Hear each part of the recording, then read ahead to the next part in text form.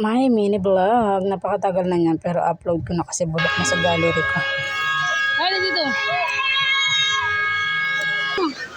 Tawagin mo siya. Tawagin mo nga siya, dito mo papuntahin.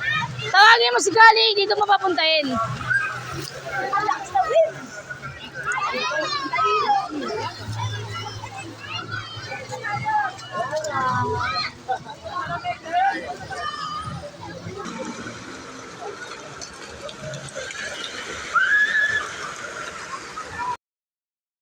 Super tagal na talaga nito. Last year pa talaga yata to. Bulok na kasi siya sa gallery ko. Kaya inano ko na, in-upload ko na. Konting edit lang. Tapos ito, nag-enjoy sila talaga. Kasi picture dito, picture doon. Ito pa yung nagpunta kami ng Caribbean. Ayan, kasama ng buong family. Kasama ng mga bata. Okay naman kahit papano.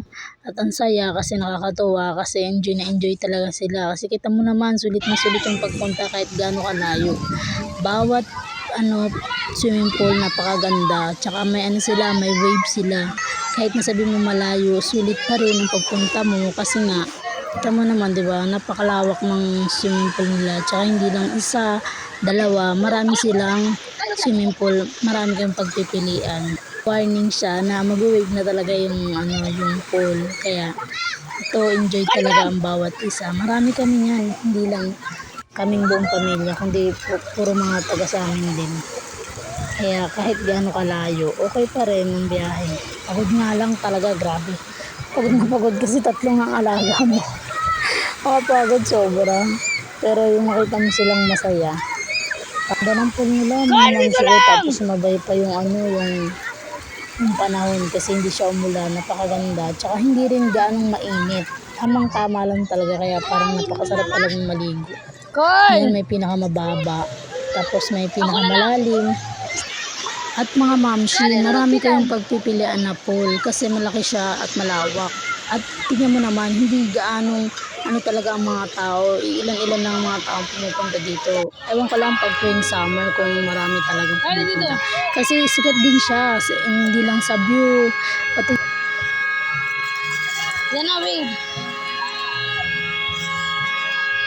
mahababang record, kaya nga ito pati yan may mga kubo pa yan sila, o diba, tapos may mga upuan pa yan doon, pati lamesa, cottage, marami silang mga cottage, tsaka marami pa silang swimming pool doon banda sa taas. Ayan, nakikita nyo, naglalakad kami doon yan sa malapit sa cottage namin, doon yan namin, nilalakad namin yan, papunta kami yan doon sa cottage namin.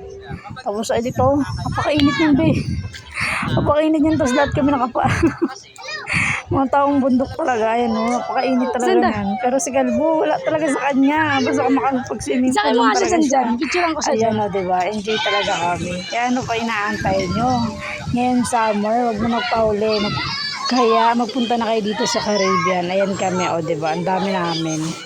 Diba? Hindi kayo magsisisi pag magpunta kayo dito sa Caribbean kasi mababait yung mga tao dito. At isa pa, maasigaso sila. Tsaka yung pool nila, napakalinis din Yung fairness din sa pool nila, malinis ang pool nila. Ayan, diba?